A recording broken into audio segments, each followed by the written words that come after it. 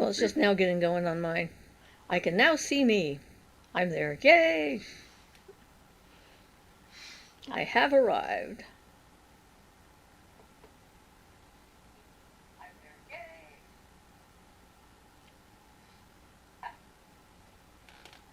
Hey guys, how you doing today? I'm hoping that none of you were in the path of any of those tornadoes. That was a horrific thing that happened yesterday, the day before, in between there. Whoa, global warming. It apparently is going to get us one way or the other. So I hope everybody was safe and outside of the path of those events. And that you're all safe now, if at least. So yeah, it's like, whoa, weather. Mother Nature is a very powerful, I don't know what to call it, but just a very powerful thing. Very powerful force. So we're waiting for people to show up. There's a few.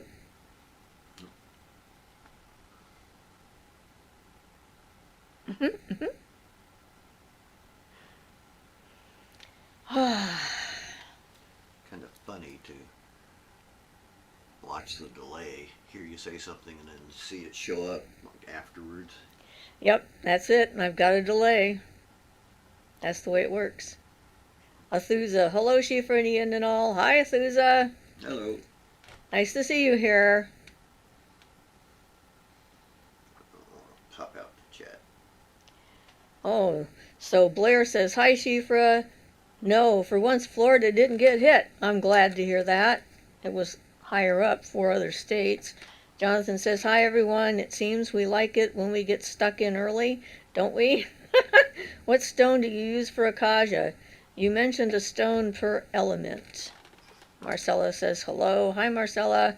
Amethyst is the most typical stone to use for Akaja because the color, the purple, is kind of the color for Akaja. Not only is the purple color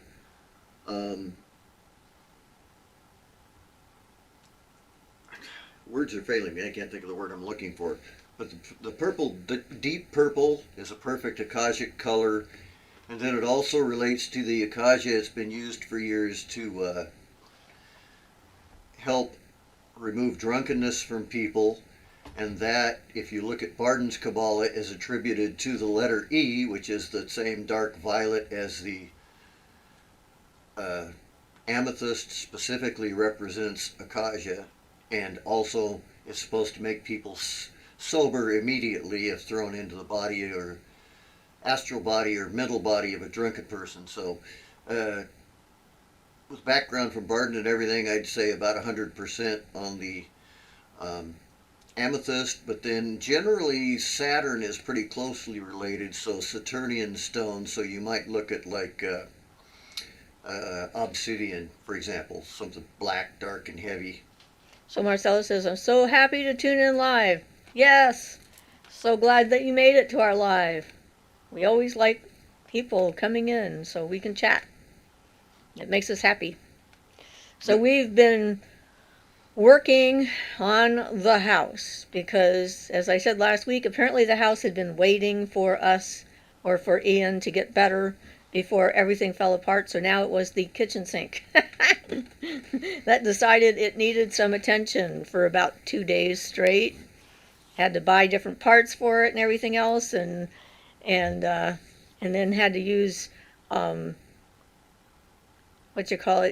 pipe cleaners to get the rust out from inside the new thing we bought, because apparently it was rust in the lines. There was rust in the lines, and we now have water pressure, which is like awesome. Which we never had. We didn't think we had water pressure, so apparently it's just been all the rust in the lines this whole time. So yay for that. But, you know, there was a lot of driving back and forth. It did make me glad we have a water filter on the cold water line, though. Yeah, no kidding. So Ryder says, hello, good to be here. Not long finished work. Hope you guys are well. Gonna listen in whilst puttering around rather than pottering, but never know. You could be doing pottery. Marcella says, do you have any opinions on the talk of satanic ritual being the cause of the tragedies at Astro World Festival some weeks back? I haven't heard anything about it. I saw about it. It's because of the hype around the show and the way the guy dresses and some of the images he has, but no, I doubt that it had anything to do with it. It was just one of those things where there were too many people in too confined a space and things got out of hand, and that happens more often than you'd think. It's just that this one killed a bunch of people, so it became more newsworthy, as they say. Johnson says, glad you're here, Ryder. Katrin says, hello, hope you're doing well. Yeah, we're doing pretty good. Just puttering around, getting things taken care of in the house. Thank goodness we can do that now. Hopefully I won't have any emergencies after repair today. It's been like non-stop since I got my surgery. Yeah, hopefully we'll have a bit of a break. So Ryder wants to know how Jonathan is doing. Violet says hi. Hi, Violet. Nice to see you here. So the last little video I did was in answer to someone who sent me a question about maybe the differences between building an astral temple and doing medicine travel, journeying. And so that's why I did that video. That was sort of a direct response to someone's curiosity. Jonathan says he's doing really well. Cool. So I find it interesting, like when we had our group, we had one member in our group who felt that she wasn't getting what she needed out of the group because she was looking for a more shamanic experience, and I was a surprised person because my understanding of all that stuff was pretty much what we all do, that there's really not that much of a difference between them. All right, so Blair says, what do you recommend for someone trying to meditate whose mind is always moving? Whenever I attempt to meditate, my brain runs rampant and I can't relax. I struggle to ground myself because of this. Find some kind of a sound that you can get your mind involved in, maybe, because that'll give your mind something to do, and that might help. I have a couple of recommendations. A couple of things. One is everybody's mind is always moving, and getting it to stop doing that is somewhat difficult for most people. It's the beginning of Barden's first book, is to focus strictly on, first on observing your thoughts and being able to observe them without your mind wandering. And then he goes on from there to increase your concentration and stuff. I would recommend another good one from is watching your breath. Just trying to watch yourself breathe in and out and be totally aware of your breath and not pay attention to anything else and just focus on your breath until you can do that, and that'll help a lot with that. That's a pretty standard yogic practice, and it can help quite a bit, focusing on the feeling of the air going into your nostrils and down into your lungs and But whatever you back. do, you have to try and be focused on that one thing only and hold it for a certain amount of time without letting your mind wander, and I have some difficulty with that to this day. Well, there's a lot of those types of exercises in yogic practices, and it is interesting how difficult it is to suddenly decide to pay attention to something you do automatically and then not interfere with the process. That in itself is a challenge. So when you start to watch your breath or be in your breath, the first instinct is to change how you're breathing, because then you start to judge your breathing and you're not doing it well enough and stuff like that. But that's not the point of the exercise. It's an observational thing as well as an experiential thing. So if you can just observe what you're doing and not interfere with it, that's a step in the right direction. And the fact is, observation will quiet the mind. Just attempting it on its own will tend to quiet the mind and reduce the thoughts over time period. So Jonathan says that he's getting good at working with the elements. Cool. And wonders if Ryder is selflessly saving helpless oranges with her leisure time. I'm not sure what that means, but hopefully she knows. But save an orange, save the world. Blair says, thank you so much. I mean, it's a practice kind of a thing. It's like Ian says, our brains are always going, and to watch when you start to lose focus and concentration and you start to get engaged in the thoughts that are in your head, the trick is to not get too attached to what has just happened and to say, oh, look, I'm paying too much attention to these thoughts. Let me let those thoughts go and get back to being the observer and witnessing rather than participating. Exactly. Stay objective to them. Don't let them drag you along, which is one of my big problems. I go so far off into thoughts sometimes. I do really stupid things because my body's working on automatic while my brain is elsewhere. Yeah, like not putting things away where they belong, or falling over, on my back, which he did the other day, which was quite startling. Suddenly, there's this big giant crash right next to us. Me and Ashley wasn't hurt, but we were both in the living room. We both jumped up and ran. Like, are you okay? My brain was elsewhere, and I just didn't see where I was walking. Yes, that's why mindfulness is important. Being in your life and in your body is very vital when you're doing activities that use your body, so you know that you're stepping over a thing instead of running through it, which it won't give, and then tumbling. So yeah. Trinity says, hi Siofra and everyone. Hi Trinity. Nice to see you here. Jonathan says, I want to share a spell which will probably be lost in time. 15 years ago, a Portuguese friend of mine told me his dad turns one of his slippers upside down to stop dogs from barking. Interesting. Have you tried it? Katrin says, I've been following a guided meditation for a few weeks. About a week into listening to it, I started hearing other voices speaking the words at the same time. It kind of freaked me out. So tuning into the voices of other people doing the same meditation, perhaps? Well, when I was doing the Kabbalah a lot, you were hearing things that weren't me. Well, right. Associated with it. Yeah, there'd be times that I would hear a Kabbalistic letter being pronounced a week after he pronounced it. Which is interesting. Sometimes the effect works that way too. Get no effect from it till, like, in some cases even a year later, and all of a sudden it hits me out of the blue, and it's like, well, what kept that delayed for so long? So Blair says, thank you. I have too much brain clutter and it's very stressful and it's keeping me from practicing to my fullest. I'll be implementing your advice for sure. Well, you know, we're harder and more judgmental against ourselves than we are pretty much anyone else on the planet. So being kind to yourself is also a good thing. Yeah. But I'd say for Katrin that not to be freaked out about it, because I've had a whole bunch of similar-ish things that I don't know why they occurred, but they were not harmful or unpleasant in the least. And things like that happen to me quite a bit, so I wouldn't worry about it unless it gets threatening or something. So Ryder says to Jonathan, I do know I have seen random oranges. I'm working on it like a diet, and I spy something I should not be eating. I pretend I didn't see it and think about it for an hour or so. Yeah, I do that if I was dieting, yeah. Yep. Oh, no, you're not calling me. From the other room. You're not there. How does that work?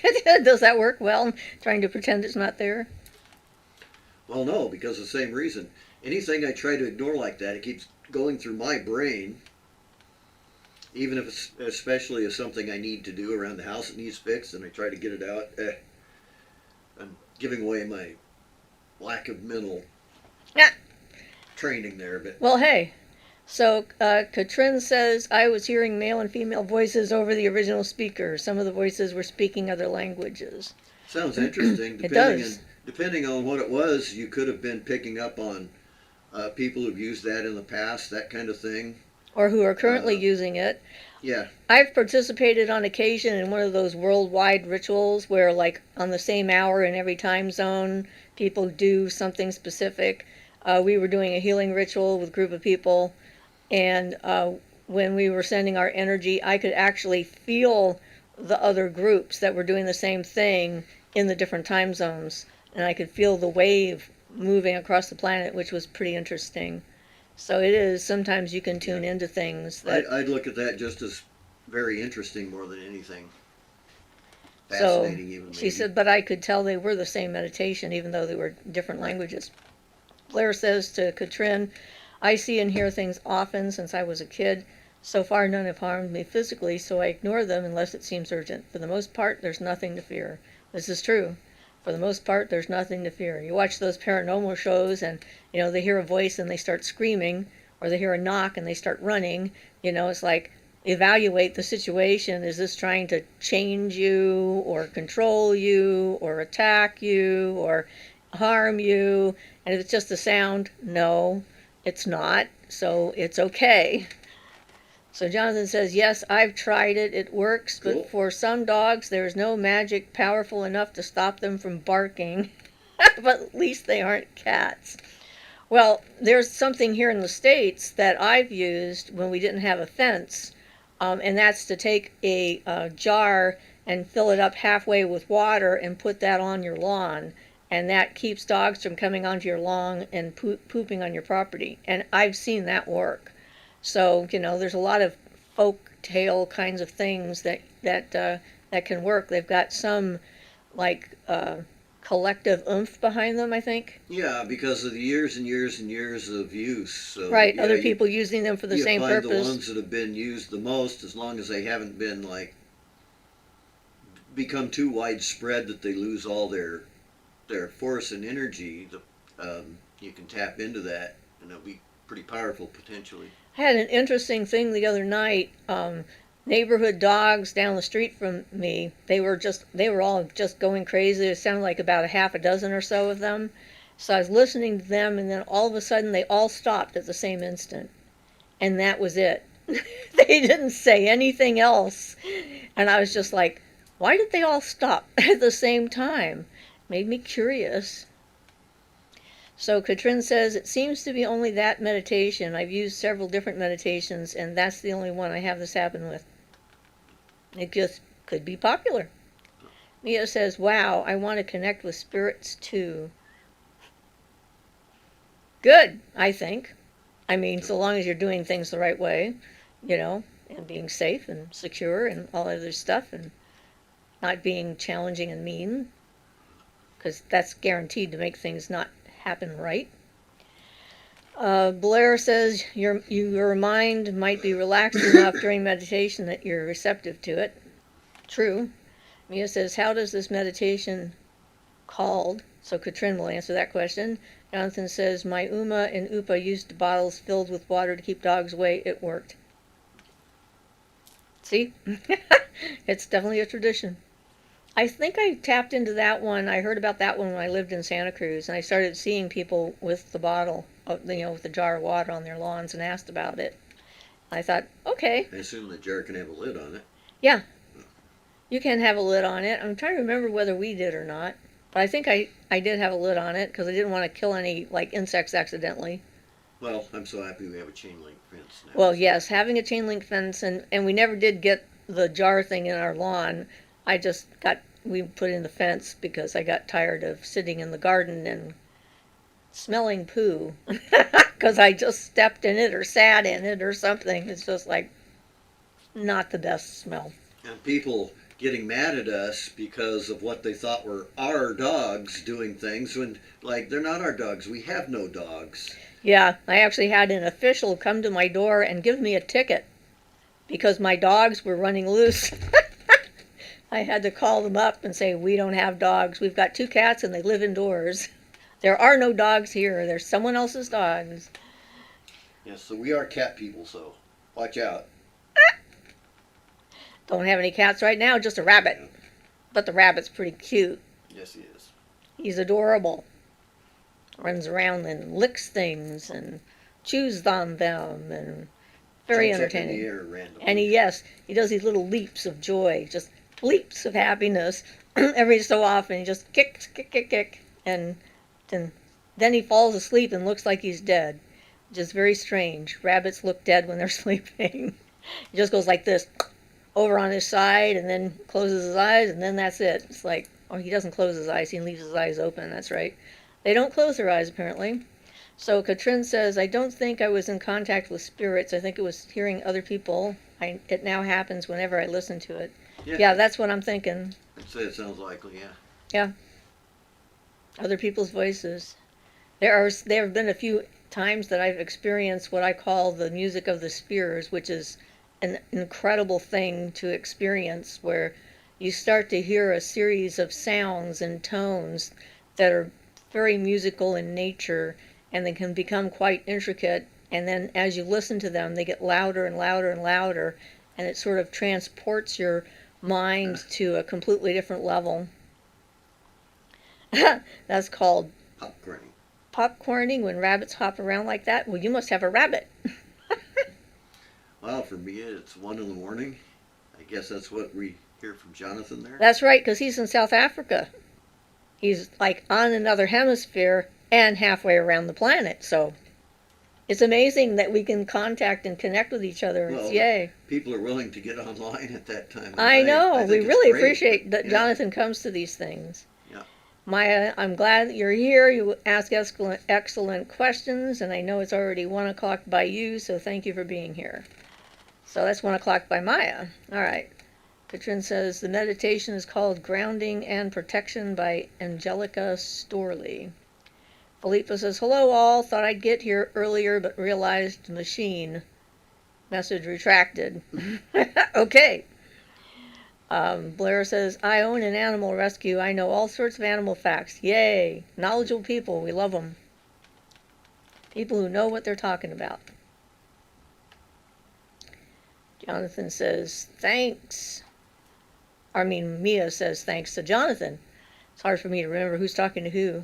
Apparently my eyes aren't working. Well, that's all right. You have a harder time because you have to, look at the screen and keep everything up. I just have to watch the chat pretty much. I don't watch you because I can watch you in person. Yeah, that's true. Hopefully we don't get those idiots on here again that we had last week.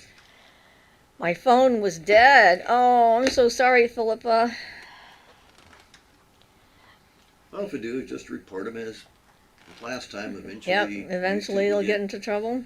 Yeah, eventually, I guess, if YouTube gets enough reports, I suppose. Yeah. But anyway. So, with me, I look for the similarities between things and not so much the differences. Katrin says, my husband listens to the same meditation but hasn't had the same experience. So it's your own abilities that are awakening to that. That's what it sounds like. Yeah, clairaudience. Yep. What was I saying? I now distracted myself and don't remember what I just said. Okay, fine. Hey, I just started watching your videos. I've learned so much. You're awesome. Thank you, and welcome to our live show, where you can ask all kinds of questions that you've had a hankering to ask and haven't had anyone to ask it of. I agree. She is awesome. Okay, Jonathan says, what are your best recommendations for stones for elements? Aventurine for air. I don't think of aventurine for air because it's usually green. I think of blue lace agate is one of the things I've used. No, I use that for water. Kyanite. Kyanite, blue kyanite seems to be a good one for air, for like the higher vibrations of air. There's a Angelite, maybe. Blue angelite. I used to have a stone I carried for air, but I can't remember what it's called now. Clear quartz crystal, although some people associate that with water. Well, it turned off.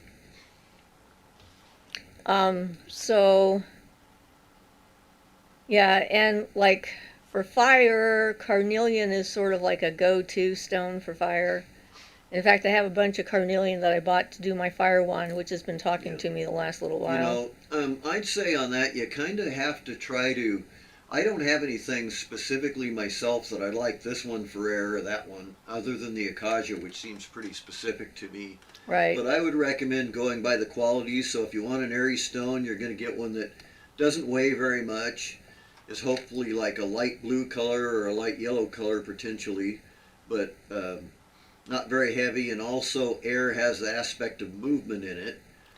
Citrine, maybe? So it might be sparkly a little bit or something, or something like that. The same Yellow thing quartz. with fiery, like a lava stone or something that's a fiery red. You might have to make it fit a little bit.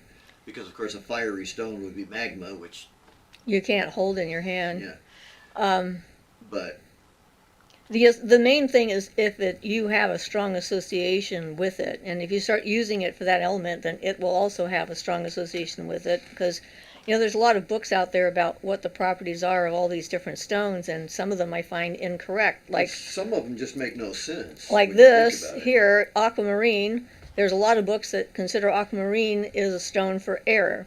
And aquamarine to me is water through and through. It's the color for water. It's the right name for water. It's two names for water. Aqua is water and marine is water. I mean, yeah, it just seems so obvious. I'd generally go with, the closest thing you can find that fits what you think the elements are, and you'll do better than if you just have a list of things you try to consult, which is one of the problems I have with some of those things. They're just lists that somebody put together. They don't necessarily have the right feel as a stone. I saw a thing about the airiest stone on the planet. I can't remember what it's called, but it is composed almost completely of air. It is the lightest stone on Earth. I imagine it's hard to come by because I've never heard of it before, so it's probably extremely rare, but that would probably be a very good stone for air, considering. Well, it'd be the lava stones that's full of holes. Those are very light also, and would be a very interesting combination of fiery and airy at the same time. Okay, so Blair says, when I close my eyes and pay attention, I see all these shapes and colors that intertwine and create new colors and new shapes. When I tell people, they just think I'm crazy. Have you ever experienced? Yeah, every single night, just about. And then this week, I had an unusual experience with the colors.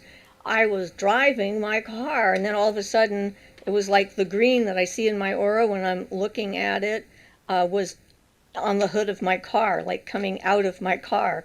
It was mildly distracting, so I had to try and ignore it because it's not a good idea to be, having a clairvoyant vision while you're driving, and you need to know where you're going and what other people are doing and all this other stuff. So, but yeah, I have it happen a lot. Much more now. It seems to be increasing in frequency. So when I go to bed at night, I am, and I close my eyes, I start to see all the colors starting to come in. And sometimes they make faces, sometimes I see different spirits and so forth. They come out of the colors and come forward. So that's kind of interesting too. So Katrin says, Mia, you're awesome. Hi, Shay, by the way. Oh, Shay. Hi, Shay. She's just under what you're reading. Marcella says, I'm cooking while listening to you both. You're an awesome couple. Thank you very much. We are fairly unique, we think.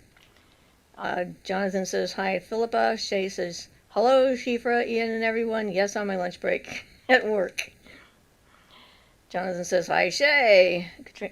Katrin says, this all started after I accepted the fact that I'm a witch and always have been. Well, yeah. Not denying who you are is a good thing. And then you add, I'm trying to actually learn now. And that's the fun part, learning how to, to utilize and direct the energies and the abilities that you're evolving. It's a fun and exciting time. Violet says, I received my Lon Milo Duquette book on his work with spirits and enjoyed it so much. I also have Bard in both and super delighted too. I appreciate you guys so much. I wish I had more questions. That's okay. And Jonathan says, I'm wonderful. Thanks, Philippa. Jonathan says, hi, Violet. Luis says, hi. Hi, Luis. Philippa says, good to hear. I've been a little overrun with the fire element this week, but I think I'm sorting it out now. Yeah, it's getting focused on one element can sometimes give us some issues. Katrin says, do you think the current planetary alignment has anything to do with it? No. I think it has everything to do with us, and not necessarily the alignments that are supposedly happening. I think this month they've got 12/12, which is today, apparently, or we're supposed to have some great evolution, but I've been through so many of these. It's sort of like end of the world predictions. They keep not happening. So I start ignoring them at one point. I just do my own work and try to get, as much as I can. So Violet says, you are unique indeed. Thank you. Jonathan says, Siofra, there are popular personal spiritual goals like enlightenment, approaching divinity, moksha, evangelism, righteousness, etc. It seems you have no such goals. Becoming the best person and version of me that I can is my goal. If I have to say I have a goal, being a kind, compassionate, and generous individual and paying attention to what's going on around me. Knowing that I can't solve every problem that's out there, and trying to decide if I can solve a problem that presents itself to me, and taking care of myself and putting myself up there as important to take care of as well.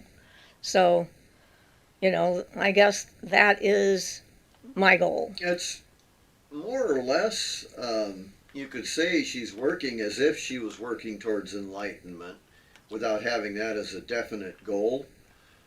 Whereas I have, don't use the word enlightenment, I use freedom from my own limitations as my goal for that. But I think it's up to 90% the same as a goal towards enlightenment, but just without having that as a specific goal, you know what I mean? Accomplishing the same thing, working on your character, all of that is what gets you closer to enlightenment.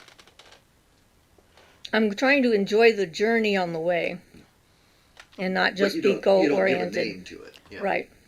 And my name is just because, again, names always imply an issue of some sort. If it's enlightenment, then you have unenlightened people, and you're always making an opposite. Any time you name something, comparisons. You create its opposite for comparison, and I would rather have it be freeing myself from my own limitations, and that includes enlightenment and nirvana and possibly religious aspects also. I do some goddess worship and things. So it's like she's got a goal. She acts like she had one, but I don't know. It's a way of being. Yeah. You don't have to give it a name. That's the good thing. She does work on herself significantly and things like that. I have been for quite some time. Yeah. Well, when I had that epiphany when my children were little, and I realized that I was stuck with myself for all eternity, and if I didn't like who I saw looking back in the mirror, then that would be my version of hell.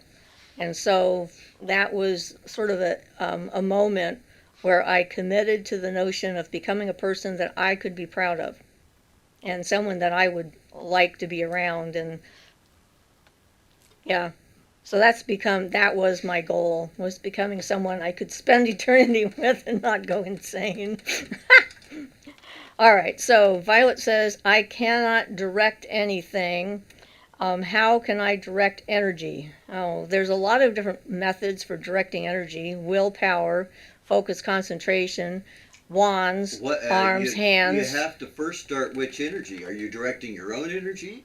You can direct planetary energies. You can direct elemental energies. You can bring them in from outside and use them, so you don't have to use your own energy. So just thought I would throw that out there. So Marcella says, any simple magic spell suggestions on getting a neighbor to move out? Well, I have made, what do you call it? I call it move out powder, but It was Four Thieves vinegar. No, not that one. It's the powder with the sulfur and stuff in it. Salt and the blackened salt. And it was a powder. I didn't add any liquid to it. What is the name of that stuff? It's in the 5,000 spell book in there. It's one of those things you could put in hot somebody's foot powder, shoes or something like that. Put it across their path where they step on it. Yeah, and that's what you do with it. You make the powder, and then you sprinkle it in on their footsteps or where they walk in and out of their house. It makes them want to leave. We really don't focus on that end of things too much, so your mileage may vary. I'm sure there's a lot of them you can look up pretty easily. Old, especially voodoo or Santeria. Philippa says, I'd love to know this too, then I'd clear out the whole cul-de-sac. Yeah, it doesn't work that well. And sometimes it takes a while. The one that I worked on for one of my clients. She had to go to court. She had to have a legal document to get her kids or her daughter and son-in-law to be forced to leave. And we did the magical stuff too, just to help with that, to help her focus. And sometimes that's what magical spells are good for. They help you to set your own intention and direct your own energy as to the purpose of what you're doing and what you want to have. And it helps to align forces in your direction. So sometimes the actual spell itself is less important than the intention and the concentration and focus and stuff that it applies. And it helps us to feel less powerless, like there's something we can try, even if it may not work, but at least we're trying to do something about our situation. That's it, hot foot powder. Yeah, I did get to that. Everyone else did too. So, Kate Katrin says, I've struggled with belief most of my life. I want to believe in magic, but how do I tell if I'm not just crazy? I've been diagnosed with several mental health disorders. Having verification for what you're doing, I mean, at this point, I don't need to believe in it at all. It's just a fact for me. And that's the thing, is if you do it, you practice it, you see results and things happen, then you start to get that collection of information that tells you that this is just a real effect for the effort that you're putting into something. And really, Starhawk says you don't have to believe in the goddess, because you can pick up a rock and do whatever you want with it. You can hold it in your hand, you can throw it, you can put it back, because magic is in everything, and that sacred energy is in everything that exists, is part of all reality. And so if you're trying to see if you can believe in the specific aspect of it, you could have difficulty making that happen. But if you just do stuff, I mean, I did a lot of psychic healing for years, and I had so many positive results from people and feedback from people telling me that it worked. If you could maybe work with a group of people or something who actually know what they're doing and start getting some feedback. I know feedback between you and me has been very helpful for me along those lines, because we can verify the same things. And I've done that with other people I've worked with, like, when I went into the antique store and found the Buddha head that I saw instant imagery from, I sent someone else in there without telling them what I saw, and they came out with the same story. So you can sort of arrange things in such a way. Yeah, well, and like, I found a sylph in the park one day, for example, but I didn't tell my wife what it was. I just said, here, wander up here, and she found the same sylph in exactly the same spot without any hint or verification from me that that's what it was. So things like that really help verify that you're getting something valid. Yeah. And it doesn't help that other people tell you that this is just your imagination. That phrase, just your imagination, is sort of like a... Well, it's sort of a limiting, it's a diminishing phrase to use, because it assumes then that imagination has no basis in reality and has no power or energy in and of itself, which we know isn't true, because everything we see started off in someone's imagination. It could take years to get comfortable with it being normal, but after you've had enough stuff happen, if you keep working with it, stuff will eventually happen. And I've had stuff just so unlikely, like my whole experience with staffs, which is a long story, but they were just so amazing. You figure the odds of it happening would be 1,000,000 to 1. Or more. So Violet says, that was helpful. I really am the newbiest newbie ever. And says hi to Philippa. Jonathan says, or Philippa says that Jonathan, great minds. I don't think you're the newbiest newbie ever, since we've been talking to you for a little while, and you seem to know a little bit what you're doing. So Tanya says, what tools do you lean on or attracted to the most for your craft? Crystals, herbs, etc., or do you feel you mix things up pretty regularly? Well, I mean, I enjoy working with my tools, and I do mix them up depending on what's going on. As a massage therapist, I have a lot of different techniques that I use, like, psychic healing and Reiki and deep tissue and trigger point massage and Swedish and, cranial sacral, and they're all different techniques, and I've learned a lot about them. So when I have a patient on the table, I can pick any of these particular approaches that will be suitable for the person that I'm working on. And that's one of the things I like about having a lot of and learning a lot of things, is because that way I have more than one option, or I have a lot of, I have options that I can tap into in order to carry something out. So I work with crystals fairly frequently. I use herbs a lot. I studied herbs in my early 20s for healing. And I have my wands, a lot of them, because each one I've tuned into a specific type of energy. So I pick it up, and that helps to tune me immediately into that energy. So I'm working with that energy and kind of like connecting to it. That's what I find tools useful for, to help me connect to the energy that way. So there's not one thing. It's just whatever seems right in the moment and what's at hand. And it's nice at this point to have a lot of that different types of things that I can just like say, okay, let's grab this oil, or let's grab this rock, or let's grab this wand, or, whatever, or talk to this god or goddess and say, hey, I had a funny thing happen in my bedroom I talked about last week, was when a piece of paper fell on the floor in the middle of the night, and I heard it, and I yelled, hey! So I was like, making sure I was dominating whatever was in the room. Even if it happened to be my foot that hit the piece of paper, I dominated that sucker, and that was it. Making sure it knew who was in charge. So Desideраtum says, hey there, hi everybody. Hi Desideраtum, nice to see you here. Jonathan says, Philippa, great witches. Ryder says, hi everyone that's joined in. Tanya says, my partner and I watched a new series based on books that you can watch on Prime called The Wheel of Time. Oh yeah, we started watching that too. So let me get to the rest of that. Where is it? About 5 Okay. down from. I guess I'll wait till I get to that question then, since I don't want to miss all the other ones. Anna says, I'd like to start working with honoring deities, specifically Artemis. How should I start? I don't want to disrespect any of them, but I'd also like to show my respect to them. I started off with a statue, and I painted my statue so that it sort of made it mine.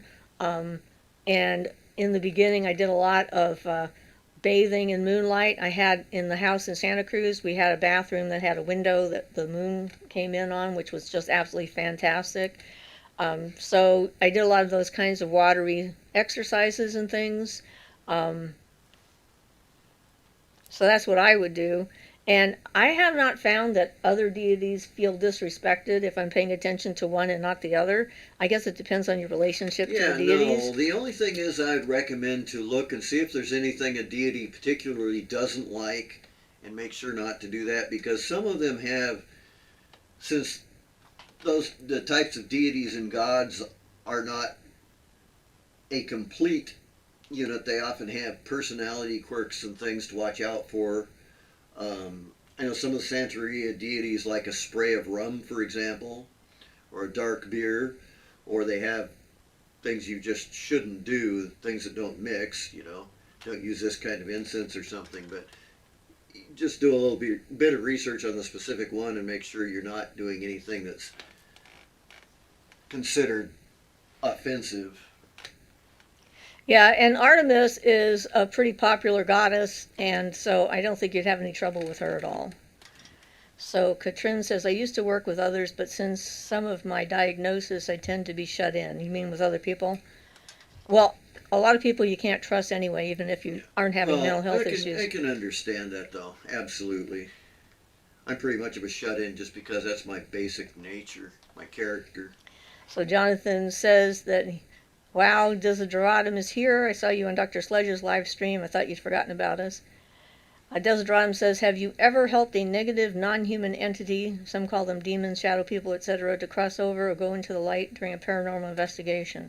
I've helped non-human entities to get out of a house where they don't belong and get them back to where they should be.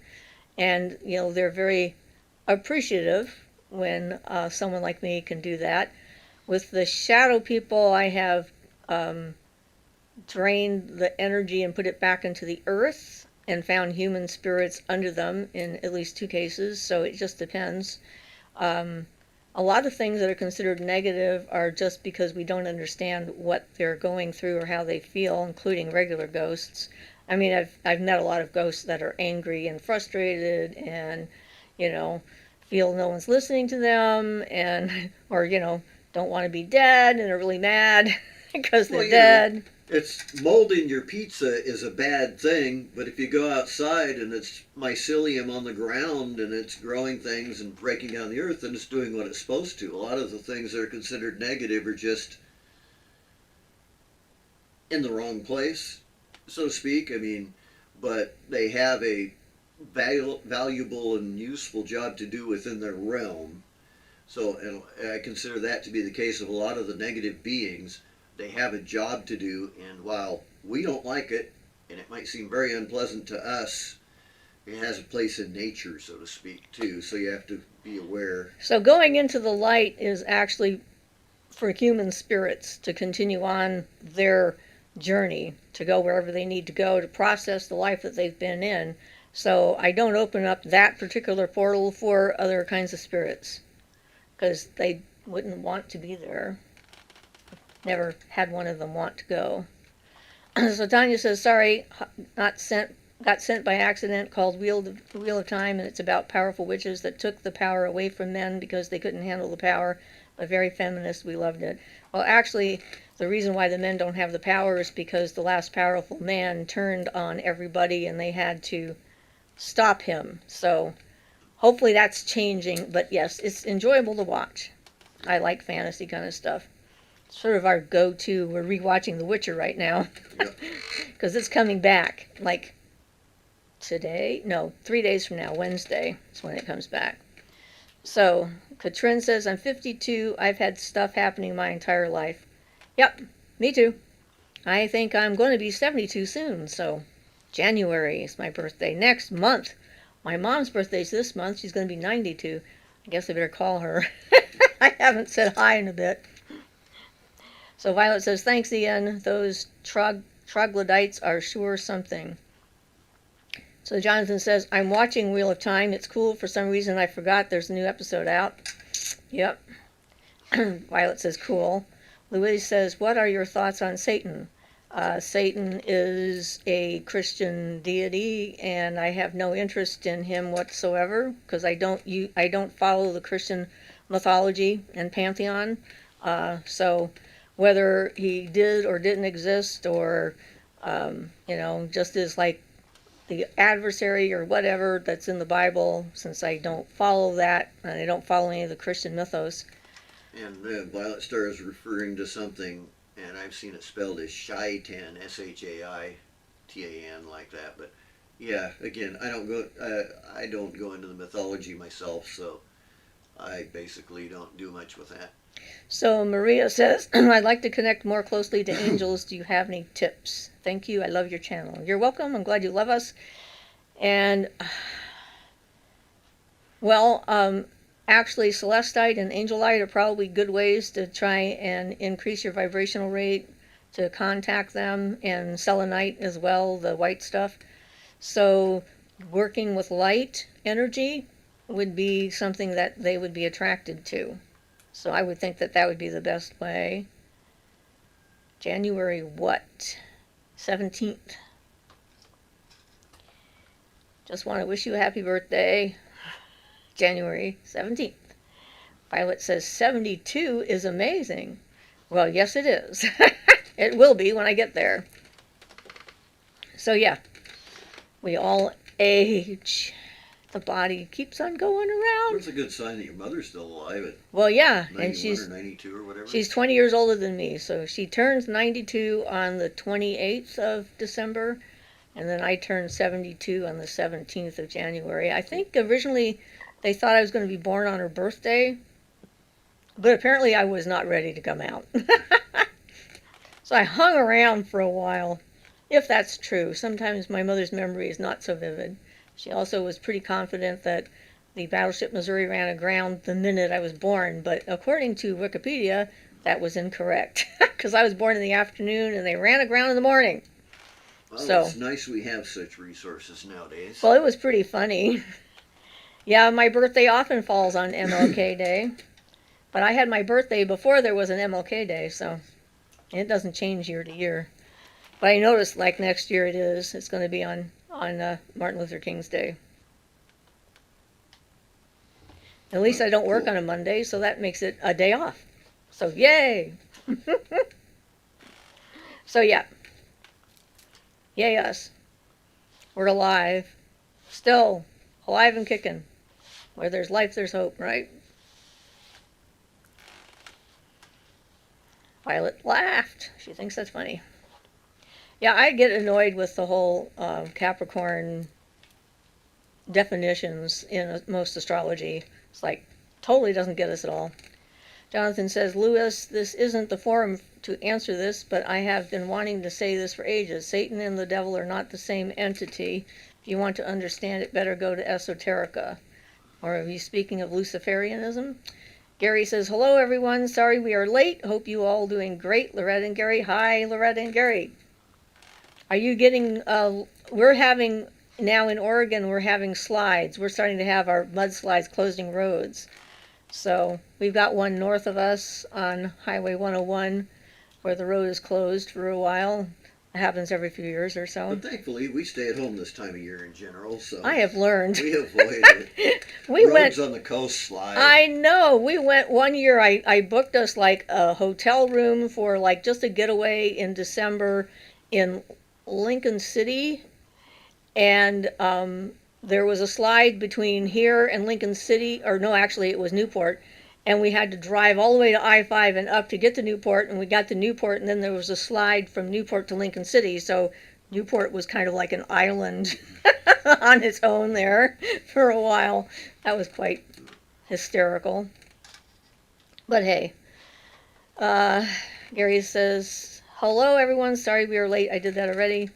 Oh, mudslides, dear mudslides, yes. It's that time of year, but at least we didn't have the tornadoes, which is just an absolutely horrendous thing. They think that that one tornado is actually, I think it just turned itself off, the largest tornado with the highest wind ever recorded, and it went the longest time on the ground, over 220 miles it was on the ground for. And I think they said the wind temperature was like 305 miles an hour or something like that. So that was like an F4, some such thing. So that was big. So Jonathan says, have the Fae visited you recently? Yes. I've seen them a few times in my room, and I've had the smells off and on, like the lavender one. It's just weird, you know, it's just, I'll go in there and there's no smell at all, and then all of a sudden it's like, bam! It's like everywhere, but nothing new as far as like an encounter goes in particular, although the male she came in too, so I guess that's not as common. So Violet says, well said Jonathan, I keep studying stuff and get bits on all of it. Faye question, yay. Yeah. It's always interesting seeing their faces because they look very different from people. And I think getting used to their faces and not freaking out about them is really what I'm going through. That's kind of the main thing right now. Somebody was suggesting that I read some Spangler. I haven't had a chance to look him up. I read him years and years ago, David Spangler. So I'll have to look and see if I can get a hold of one of his new things. Katrin says, am I oversharing? No. This is a safe space. You can share whatever you feel comfortable with. Ian is on antidepressants and I'm not on antidepressants. No, he's not on antidepressants. He's on anti-panic and anti-anxiety. Drugs, Yeah, and mental health issues running the family. He's got his mother was schizophrenic, and so was his brother. Basically crazy. And his sister is sort of Like psychotic. psychotic. Yeah. So I mean, health, Yeah. mental health issues can be scary. There's no doubt about it. They do not. They're not comforting. Trying to find a balance in there. Philippa says, I've been reading David Spangler too. Very interesting. Cool. Gonna have to get a hold of his book. What does he write about? Well, the book they were talking about is one he wrote about the Fae. He worked with Okay. Finhorn. He was a psychologist, and that's probably one of the reasons why I haven't read him in a long time, because my partner Right, David yeah, had was enough a psychologist, psychologists. and he had me reading all those books, and I hated him at the end and wanted the world to be a better place by hitting him in the head with a brick, to stop him from having these stupid I can thoughts. understand from what you told me. Yeah, but that's no reason I should, bash David Spangler just because the other David I hated. But hey, it's been a long time. That was in the 70s. Yeah, I met David when I was 28, so 78, late 70s, early 80s is when he and I were together. So, what good things come around. Yep. So, Athusa says, how much choice do you think we have when we reincarnate in terms of where we were born, gender, etc.? Does it depend on what we want to experience or learn? It's a good question, and I'm not sure. I don't think that the choices that we make when we reincarnate include agreeing to be abused by the people that we are that we're born to. I think that that is like a whole different level of something. But I mean, I had one past memory where I remembered meeting the two people who were going to be my parents before I was born. I met my son and his spirit before I got pregnant with him. And so I do believe that there is some level of that kind of connection that can be made. I think it's more likely groups of people, souls that tend to come together to try and work something out, or because they're attached to something and then they get pulled back. Definitely, I think when we're a spirit, we really don't comprehend the choices that we're making and what they'll lead to. My belief, Barton talks about that to a certain extent. My belief, it's more or less not up to our conscious determination what body we choose or go back into so much. I think it's determined more like the basics of what we need, our past karma that's still built up that needs to be worked out, things we need to learn, maybe a place we need to be to experience how the people are. But I think it's like karma, it's automatic. It's not like somebody judges you and say, boom, I'm going to smack you for your karma. It's more like karma happens as a result of deeds you do, and it's just almost like a mechanical thing. And that's my opinion for reincarnation and stuff, unless you've gotten advanced to a point beyond normal human capabilities. Okay, so Philippa says he's written very many books. If I remember correctly, the one I'm reading is Everyday Miracles. I'll have to look up his list. I look at the name that the people sent me an email about. Violet says, Katrin, no worries, I'm sure, no overshare. If she thought that she's have said so, if I had thought that, I would have said so. Yep, that's probably true. Blair says, I've been dealing with mental health stuff my whole life, and to be honest, I'm less afraid of dying and more scared I'll wake up again as a baby. Yeah, I can understand that. I had a childhood that nobody would envy. Yeah, me We'll leave it neither. at that. Yeah. So Katrin says, I'm curious how DID affects magic or vice versa. You'll have to be more specific. Are you talking about Dungeons and Dragons, or? Yeah, we're not familiar with DID. Well, I know Dungeons and Dragons, but Oh, dissociative identity disorder. Ah. Sorry, I'm reading ahead. thank you. Thank you for letting me know. I think it'd make it difficult to focus and concentrate, and to remember for sure exactly where you were. So it might make you more of a free-form, chaos-oriented individual when it comes to that, but becoming grounded and centered is one of the goals I work on. And so that's one of the reasons why I put together some of the meditations that I have on my channel to help people get into themselves. And I might have been said to have suffered sort of from that at one point in my life. And the idea that all the different parts of my personalities were just aspects or facets of the same person, and find the commonality in there so I could be in the center of it instead of being stuck out in the edges, if that makes sense, helped quite a bit. Jonathan says, this is a safe space and I will magically punch anyone in the nose who doesn't respect the space. All questions asked in good faith are welcome here. Thank you. This is true. Blair says, I don't want to do this again. So now we have the answer to that. It used to be called multiple personality disorder. And that, I think, is like when I was channeling and spirits and whatnot. That was one of the things that Moira brought to me. She helped me to sort of integrate, I guess, the various aspects of my personality.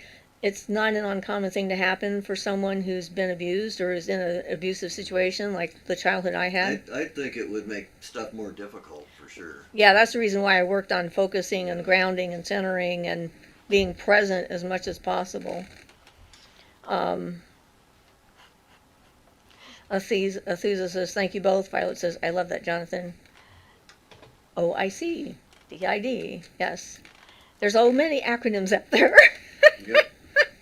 I'm not familiar with them all. Oh my. There are so many new ones that pop Yeah, but up. I could imagine, I mean, I don't know about the experience, but it seems like you could have a confusion between spirits talking to you or the other personalities. I don't know how that comes through. I don't know enough about it, but I think the biggest thing would I be could see gaps some- in memory and not remembering what happened and not Yeah. being present for it. So I you think don't it feel would like be you have any hard. control or making the decisions, because it's like a different aspect of you that's in charge at that point. Which is why integration is probably a good goal for that. That's one of the things I like, control.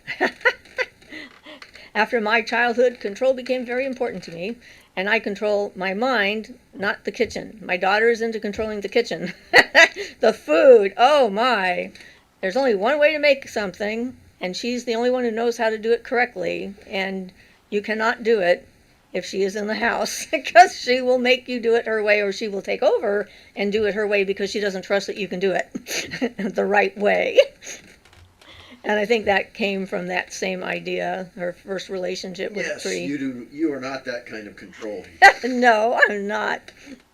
So Katrin says, we tend to be co-conscious. That means that I, Kat, the host, am aware when others are here. We are all distinct individuals. It is caused by severe or prolonged childhood trauma. Yes, I understand that since I've been through that myself. But that doesn't mean that you can't be fully integrated. It's a choice. So that's interesting. Yeah. I didn't know that. I think being co-conscious is the first step towards full integration. That is currently the only known cause. Yeah, I can understand that too. I mean, Yeah. I could not understand why I didn't end up in an insane asylum with some of the stuff that happened to me, and then some of the things I went through, and then my mental break that happened for several years where I was hallucinating on a daily basis and all sorts of other stuff. Somehow I managed to get myself into a healthy space and to heal and be in control. So however that happened, I'm grateful for it. Louise says, at Jonathan the podcast. Violet says, co-conscious, so you are well spoken. So I don't know what, I guess that was something that Jonathan was telling Louise. Okay, you guys chat amongst yourselves. That's perfectly fine. But yeah, I mean, you have to decide how you're going to approach that. And exactly how you're going to integrate or not integrate. Yeah, I can't imagine. I think it would be such an individual thing. You'd have to find your own way to deal with it and still try and practice the magical meditational stuff. Well, I found that magic and ritual was the thing that helped me the most. taking charge and deciding what was in me and what I wanted to have Having an in me and ability how to do get something about having, some you of know, the stuff. yeah, that's that transformation cup ritual. I used that a lot when I was starting to heal. So Philippa says, talking of not remembering things, I did a meditation the other day which lasted 54 minutes. I felt I'd left my body, but I've no idea where I went, as I remember nothing. Yeah, well, that can happen too, and that's it takes according to Barden, it takes some learning before you can bring stuff back to you well, and yeah, I'd say that's a good sign in general, though. At some point, you become more and more aware, and you'll start bringing more and more of those memories back if it keeps happening. So Violet says, have you been to the many mansions on the moon yourself? How many did you see? I know about the mansions. I've got them written down, but I don't see them as individual things. They're phases, aren't they? Certain days of the moon. I've been to the moon, though, a number of times, and it's the moon. Yeah. Now, the 28 mansions of the moon are basically lunar phases, and yeah, Barton talks a little bit about that in his second book,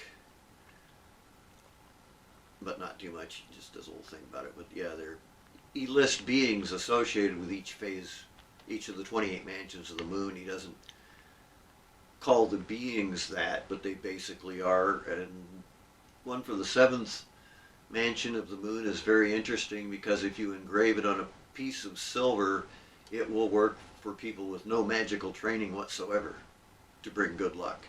Cool. And like gambling and games and things. That's one of the few that I've seen one of the few that he mentions that can function by itself without really any magical charging and such. Without anybody knowing what they're doing. Well, the being is willing to work for people who have no magical authority or experience or anything. That's the thing. He's willing to help them out. Apparently he's a nice guy. So Katrin says, we aren't looking to integrate. Current medical thought is that forced integration is bad. We are aiming for functional multiplicity. Well, I didn't do any forced stuff myself, so whatever works for you is what's the important thing. Yeah, I don't think forcing anything is ever good as a generality. So Marcella says, I have to go. Happy holidays, season 2. All be well. Bye, Marcella. Violet says, ooh, cool, phases. Desiderata says, I read David Spangler's Subtle Worlds, and it was extremely useful and great storytelling. You come away with a much deeper respect for the Fae. I'd recommend that one for sure. I think that might be the one that they were talking about in the email, because it was about the Fae. So Jonathan says to Louise, the YouTube channel Esoterica by Dr. Sledge is a scholarly synopsis of occult ideas.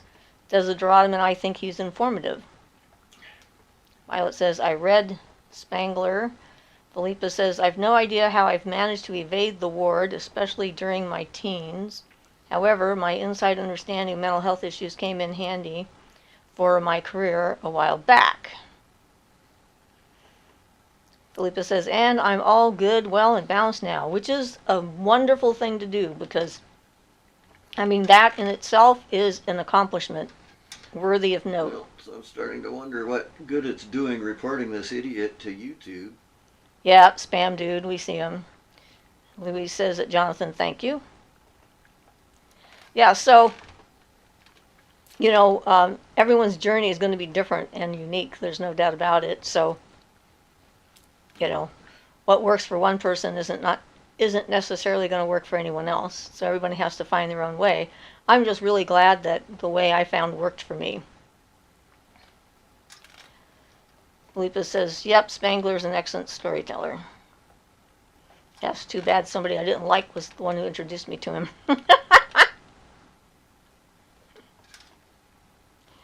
Yes, I agree. He makes no sense whatsoever.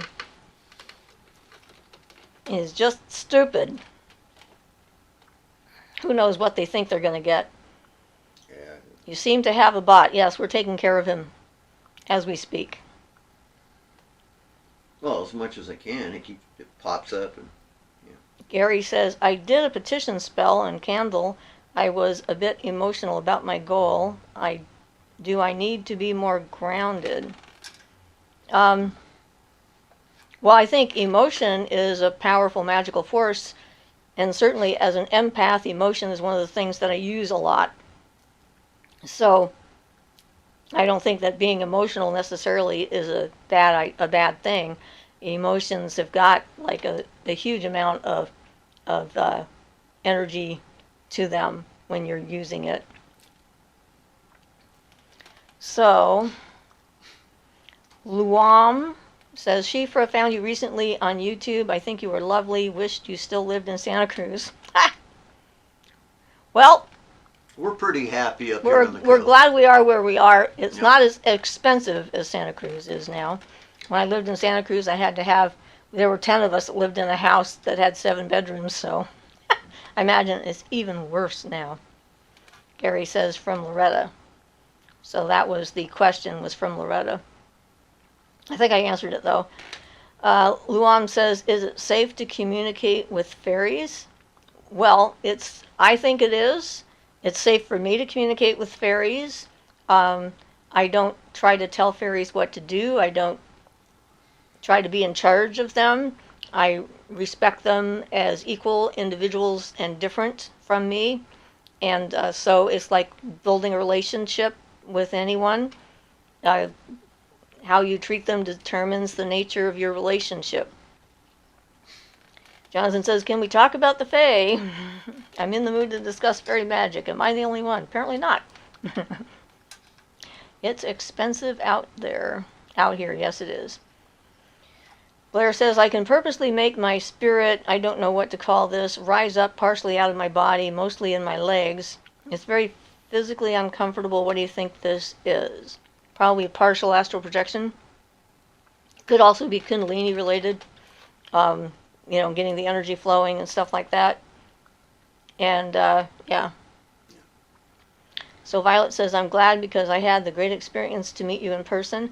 Gosh, did I tell you DMV computer was down? You were the sole reason to go. That, and I landed an appointment before my birthday. Oh, right, I remember. Yes, you needed to get down here to go to the DMV, and then they didn't. They said, no, we don't have you on our list anymore. So I ended up being the only reason for being here. Violet says, Lock and Key on Netflix. Astral Travel was such a great visualized tool. Yeah, that was a great show. Fun. I thoroughly enjoyed that one. I love most of the fantasy stuff, except Sabrina the Teenage Witch, the new one. I absolutely hated that, so I wouldn't watch it. Katrin says, I think we have fairies in our home. I see them sometimes out of the corner of my eyes. Yeah, there's a lot of times that, in the evening, early evening especially, after the sun's gone down and the light gets a little bit dimmer in the house, I see movement throughout the house going back and forth, and sometimes I look to try and figure out exactly what it is.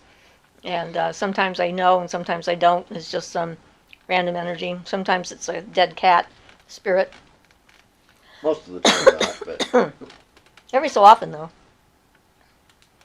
Felipa says, yes, I'll second that, the Fae. I think we have fairies in our home. I saw that one. I saw that too, Sabrina. Desideradum says, so I just got interested in planetary magic after you told me about your experience with the intelligences. Thank you. I'd like to ask the Spirit of Mercury for help, but at the first meeting may be rude. Oh, you mean the first time you meet a Mercury spirit to ask for help, you might want to develop a relationship first? What do you think? well, yeah, the spirits of Mercury are easier for many people to get a hold of because it's associated with your mental body. They have a real connection there.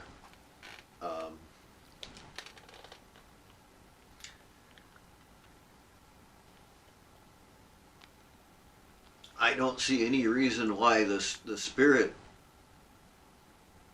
should be rude. So I assume you mean asking for help at your first meeting may be rude. That's what I And get.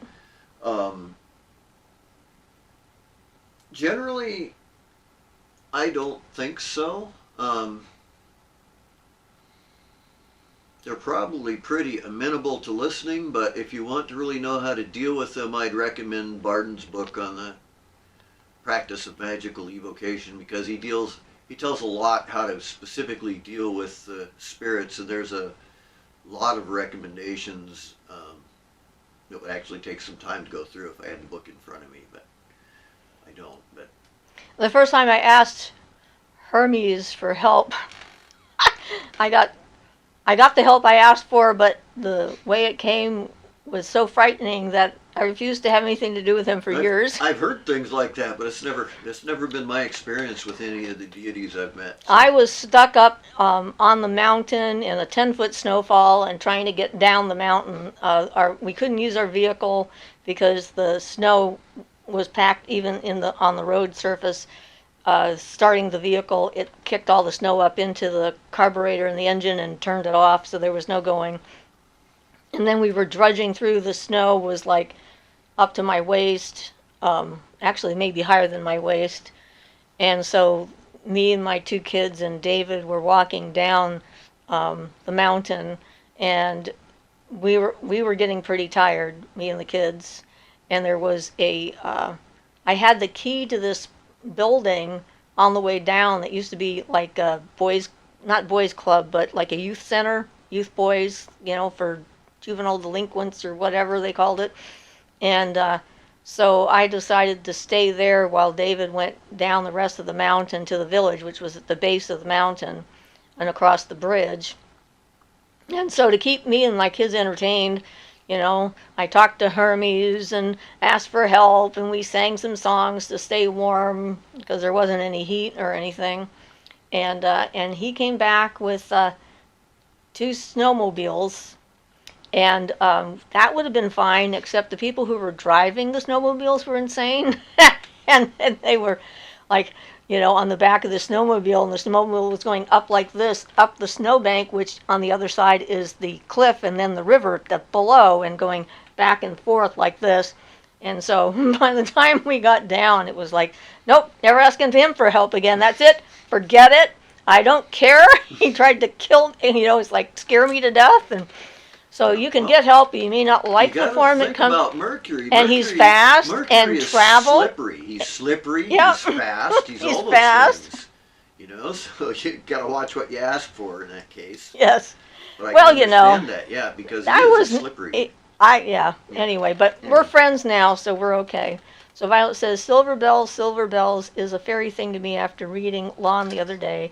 Then I heard it in my music, Little Winks. Yes, and that's one of the things I hear when I'm traveling through the woods sometimes, is that tinkling bell sound. And I just made some witches' bells for our front door the other day. I just thought, you know what, I should make one of those. So I just grabbed some ribbon and grabbed some bells and threw it together and wrapped it around. Back to the spirits, though, I don't think asking them at the first meeting is necessarily rude. It's they may say no, they may say yes, depending on where you're at with your spiritual authority in that. But I don't think, in general, they're not going to be offended by you asking them something. It's just... Yeah, it's not the same as going into the elemental kingdoms and then introducing yourself without letting them introduce themselves to you. It's a slightly different protocol. Well, and I think that's partially too so that the person knows, they don't make the mistake with mistaking their own creations for clairvoyance of a being, that type of thing. Good thought. So Katrin says, we have a ghost kitty that wanders through occasionally. It scared the daylights out of my brother the first time he saw it. Yeah, when it started knocking down our clothes and running through the house, I was quite impressed. Jonathan says, Hermeticism is acknowledgement of Mercury, and there's a reason Thelemica is based on Hermes Trigamestes. Gary says, I found a book on the Fae, Loretta. I found a book on the Fae by Brian Froud and Alan Lee. Great illustrations and stories. Have you read it? No, I haven't. Looks like I have some newer books to look at. Violet says, you are so very knowledgeable, Jonathan. And Jonathan says, you're sweet, Violet. Desideраtum says, which of Barton's books, Ian? It's kind of urgent, the help with communication I need. I thought it was a good way. That would be... Yeah, I would agree, and that would be his second book, and that's... Practical Evocation. The Practice of Magical Evocation. Okay, the Practice of Magical Evocation. He also gives some good stuff on wands that he doesn't give in his other books in that also. So he goes through all the magical aids in that. So if you want to find out what Barden says about the circle and triangle and all of that stuff, that's where you get all that. So Violet says, what is the elemental protocol? I wait them to say hi first. Wait for them? Yes.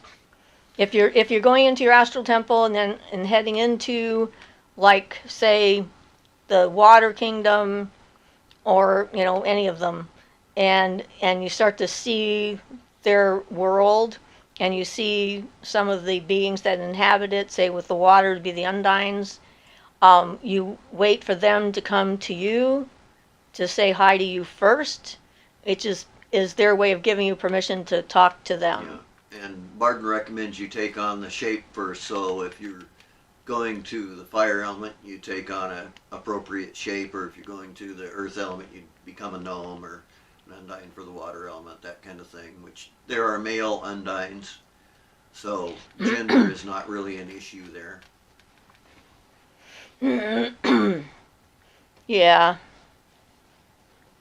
No one ever told me that, but I just look like me and they're fine. Well, hey, I'm just saying what Barden says. He's got specific reasons for what he says, and they mostly have to do with the specific type of training the person puts themselves through. So apparently Barden's book is $50 in person or $17 on Kindle. Sounds about right. The books are spendy. Yep. He doesn't have that many of them. Hardbound, yeah. Well, there's still, even the Initiation into Hermetics, which is a pretty thin paperback, still costs a lot but yeah. So Katrine says, the ghost kitty rubbed against my brother's leg when he looked down thinking it was one of our cats, then he realized he could see the floor through it. Yeah, my first cat, when I was younger, after she died, she actually jumped on my lap and I could feel her weight on my lap, and she curled up on my lap and started to purr. So they can do that. Tanya says, can you tell us more about the transformational cup ritual that helped you? Okay, so I have that as a meditation or a practice on one of the videos you can look up. But basically, it's a way of acknowledging how you feel about something, so you're not like denying your experiences or your feelings or anything, but working with a feeling that's not helping you right now. And then you put that feeling into the cup, and then you transform that energy into something that you can use right now. So I had a lot of anger that I had to transform. I did various things with anger. Fear, anxiety, all of these things are real emotions, but not necessarily helpful.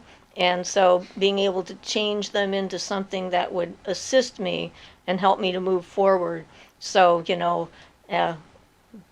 turning fear into courage or steadiness, or whatever I needed. You don't have to turn it into its opposite. That's not what it's about. It's about just taking that energy and claiming it back as your own, because there's a lot of power in all of those things. And so if you're just focusing on trying to get rid of them and lay them out there and throw them away, then you're losing a huge amount of your own personal power. By acknowledging, facing, accepting, and then changing, then you're keeping your power and actually making you more conscious in your own spiritual development and what you do with yourself and who you become and so forth. So it's like taking the reins of your own life in hand. And then it takes a long time. I mean, it doesn't happen instantaneously. I did that for years. But it has been a very useful process. So that's why I put it out as a video. A lot of my earlier videos I put out as things that I thought were really important that I had learned and that I had used. And I wasn't sure if we were going to be doing this long or at all. Well, I would add just a little bit to that. Again, from Barden's perspective. Sorry about bringing up Barden so much today, but that seems to be what's on my mind. But he does something not ritual based, but with what he calls the black and white mirrors. So basically what you're doing is transforming your bad character traits into the good ones appropriate for the element. So you're balancing your elements at the same time you're transforming your character traits. But that's what it is, you're transforming them. You're not getting rid of a bunch of energy or something. You change them over by willpower and by suggestion and a bunch of other methods that he gives Yeah. So Katrin says, I feel the ghost kitty on my bed all of the time. I usually think it's one of my cats until I look and nothing's there. Yeah, one of my cats that we had for 18 years, or 16. Anyway, after he died years later, he suddenly jumped up on my bed one night, and I thought one of the newer cats we had was in the room until I turned on the light and looked around, and there were no cats. But yeah, it was very physical. Yeah, I still seem to catch glimpses occasionally every now and then of like what seems like I saw a cat out of the corner of my eye, and then I look and there's nothing there. So Mary Brodwell says, hi, just got off work, glad to hear you. Hi, glad to hear you too, or see you. Blair says, working in rescue, unfortunately a lot of animals around me passed away and my house is quite crowded with animal spirits, but I love them all. Well, at least they're not pooping, so this is a good thing, right? Desiree said, thank you, Ian. There's been a few folks who've had questions about interdimensional entities actually becoming physical in this world. Has anyone ever heard about this? Some think it's how cryptids exist.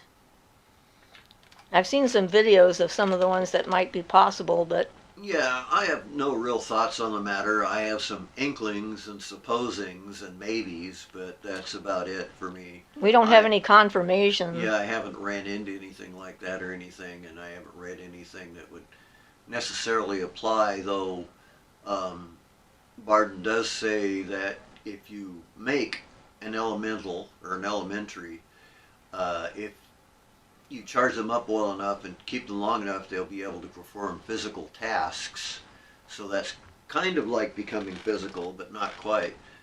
He does say if you put one in a picture, he recommends not to do that because either somebody might see it in the picture and have a problem. So they are physicalized to the point people can be aware of them. So that might be sort of a related thing. Yeah, Desiree says, thank goodness for Kindle. Chantel says, hi, I really enjoyed listening to you and everyone's questions. Well, thank you for joining us. We like to have people hanging out. So Violet says, did you read Forbado the Magician? This is how there's an O on the end of that. And yes, we have both read that. It's about Barden. Yeah, it's basically mostly an autobiography, but he didn't finish it. He had it outlined. And then I think that was when the thing with the concentration camp happened. At any rate, his secretary ended up finishing it for him. So his secretary did the actual writing of it from the outline, though all of it follows Barden's actual methods and actual magical practices. So it's very good for picking up some of the things he doesn't say in his other books. So Joey says, thank you once again, Siofra and Ian. Sorry to just lurk and listen, but I enjoyed the show very much. Gotta go. You guys rock. Love this little community. Glad Blessings you to all. came. Thank you for being here and lurking. That's right. And letting us know that you lurked when you left. So Blessings back at you. yes, absolutely. Violet says, oh, wow. Yeah, I don't know if you know this, Violet, but Barden actually worked as a stage magician for a while, doing actual magic and not sleight of hand. And he talks about some of that in Forbado. And in fact, if you do some digging around, you can actually find some pictures of him in his original like fakir's outfit he wore to be on stage with his turban and everything. And it's kind of interesting. There's been a lot of research the last few years on his past history and from people who've known him and things like that. A lot of pictures have come out. His son was written about in one of the books and helped write one of the books, who's maybe dead by now. He was very old at the time. So she said, I'd not realized that he was in the camps, just ordered the book on Kindle. Yeah, he was in Dresden, I think. He was in the Dresden camps when it was firebombed, I believe. I believe that's when he escaped from the concentration camps. I know he was in Dresden Yeah. at one point. No, I think that's where he escaped from. Okay, I thought that was when he was magically attacked and then the fire that he didn't accept turned into a firebombing, but that's just my memory probably. Okay, so Jonathan says, Desiderata, it was months ago that you mentioned the Fresno crawler, a fascinating pair of sentient pajama bottoms, or pajama pants. I believe Bigfoot is real. Felipa says, thank you as ever, Siofra and Ian. Blessings for the week ahead. Thank you. Blessings to you. And guys, send me any questions you might have. Violet says, did you study Crowley ever? Well, we have an entire bookcase of all of his books that have ever been published, so that would be a yes on Ian's part. Yeah. So yeah. lots and lots of studying. That was when I met him, he was studying Yeah. Crowley, so. Pretty much thelemic for a number of years. Desidratum says, theory is a good start. It seems so interesting they could possibly manifest themselves, but living in caves, eating roadkill? I wonder if it's a punishment or a curse. Yeah, I have to agree. Yeah, that seems kind of Doesn't icky. seem like much fun, yeah. Felipa says, the Fresno crawler. Still can't get my head around this. Jennifer says, blessings. Okay, I guess it's time for us to go. Yeah, it's it's just an hour and 30, but hey, yeah. We're so glad that we got to spend some time with you guys.